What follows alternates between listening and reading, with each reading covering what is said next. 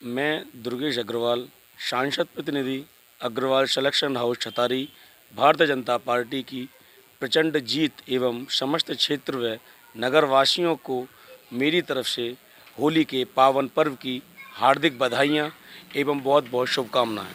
धन्यवाद। जैसा कि आप प्रचंड बहुमत से जीते हैं, तो कैसा लग रहा है आपको जीतने के बाद? हमें जीतने के बाद इतना खुशी का माहौल है। हमारे यहाँ का दीपावली और होली एक साथ मनाई जा रही है। जितने भी आतंकवादी मुंह निकाल रहे थे वो सब इस समय बिल में जा चुके हैं। हमारी पूरी विधानसभा में कोई भी 10 तारीख के बाद में कोई क्राइम नहीं हुआ है। पहले भी नहीं होते थे। चुनाव के पीरियड में वो जो बिच्छू निकल के बाहर आ गए थे, वो योगी जी के डर की वजह से सब गायब हैं इस समय। जैसा कि 10 तारीख को वोट खुले थे, उस दिन देखा था कि होली जैसा ही त्योहार था। होली से पहले तो क्या वजह थी वो होली मनाने की उस दिन? उससे पहले डर ये था कि आतंकवादियों के हौसले बुलंद थे। उनके हौसले बुलंद करने के लिए हमारे देश की जनता ने, हमारे प्रदेश की जनता ने आतंकवादियों के मुंह पर तमाचा मार करके उनका मुंह बंद किया है। अब हमारी मोदी योगी जी की जो योजना है उन्हें पूरी तरह से प्रदेश और देश में लागू कराएंगे। जैसा कि आज होली का त्योहार है, तो आप क्या संदेश देना चाहते हैं जनता को होली के त्योहार पर? होली के त्यौहार पर हम संदेश देना चाहते हैं कि पहली बात तो होली है। जो होली या पूरी वर्ष में जो कुछ हमारे वाद विवाद हमारे अंदर होंगे, होली के त्यौहार पर के भूल के गले मिलो और पिछले ख़त्म करो और नए संबंध स्थापित करो। और हमारा एक और संदेश है, होली गुलाल की और रंग के बजाय फूलों की और चंदन के टीके की होनी चाहिए। हम गांव-गांव संदेश छोड़ रहे हैं, तो शायद ही ये लोग सुन रहे होंगे तो अपने अपने गाँव में से लागू करेंगे। चंदन और गुलाल की होली। विधायक जी अभी अखिलेश यादव ने लगातार जो चुनाव आयोग पर उंगली उठा रहे थे, वो इसके साथ साथ उन्होंने राष्ट्रपति से भी गुहार लगाई है कि वो कह रहे हैं कि अब की बार कुछ लोग ईवीएम में गड़बड़ का घोटाला बता रहे हैं। इसके बारे में आपका क्या कहना है? नहीं, हमारे जो वरिष्ठ नेता हारे हैं, कुछ मंत्री हारे हैं। अगर ईवीएम में गड़बड़ होती तो हमारे वो कैसे हार जाते? भाई उनके तो हारने का मतलब ही नहीं था। मतलब बौखलाहट में है क्या? बौखलाहट तो पूरी बौखलाहट है। वो तो पहले ही कह रहे थे कि बुलडोजर का स्टेडियम घूम जाएगा, लेकिन हमारी जनता ने बुलडोजर का स्टेडियम घूमने नहीं दिया। जहां भी चल रहा अब भी बराबर चलेगा और चालू हो गया हमारे पास के जिलों में। अभी हमारे जिले में नहीं आया।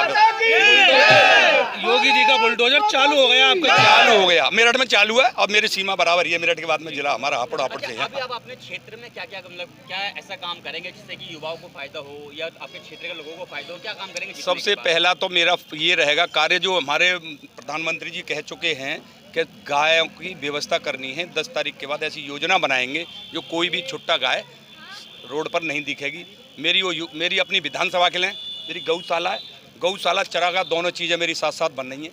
भले ही शपथ न ली हो मैंने, सबसे प्रथम काम वो रहेगा। दूसरा, मैं जहाँ जहाँ प्रोग्राम हैं, स्कूलों में कल 2 प्रोग्राम हुए हैं, सबसे पहला काम रहेगा शिक्षा, दूसरा काम रहेगा स्वास्थ्य और तीसरा काम सुरक्षा। हालांकि पहले से ही हमारी सरकार ने शिक्षा सुरक्षा काफ़ी दे रखी है, लेकिन फिर भी हमको उसको और ज़्यादा बढ़ाने का कार्य करें। आपने गाय पे बड़ा अच्छी बात करी है अभी, लेकिन हम बात कर रहे हैं कि गौशाला हम पिछले 5 साल से देखते आ रहे हैं, लाखों करोड़ उस पर खर्च हो चुका है अब तक, लेकिन फिर भी गाय सुरक्षित नहीं है।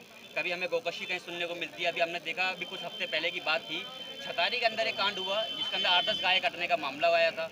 फिर गाय क्यों सुरक्षित नहीं है गौशाला होने के बावजूद? नहीं, गौशाला होने के बाद गाय सुरक्षित नहीं है। अभी आपके सामने आया होगा, लेकिन जब चुनाव की घोषणा हुई थी उससे पहले कोई ऐसा मामला आपके सामने नहीं आया होगा। मैं बोल चुका हूं कि कुछ बिच्छू बाहर निकल चुके थे।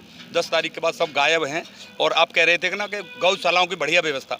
मैं अपनी विधानसभा में 2500 बीघा जमीन में चारागाह, उसी के अंदर गौशाला, मेरी गौशाला ऐसी बनेगी, आदर्श गौशाला, जो कि गायों के लिए वहीं चारा वहीं पानी बाहर से लाने की। 2500 बीघा ज़मीन में मेरी पूरी विधानसभा की गायें पहुंच जाएंगी। काम चालू है। 2500 बीघे के तार खिंचाई, उसके बाद में उसकी चद्दर पड़ेगी। 2 महीने के अंदर अंदर मेरी सब गायें, गौशाला नहीं गौ चरागृह बनेगा।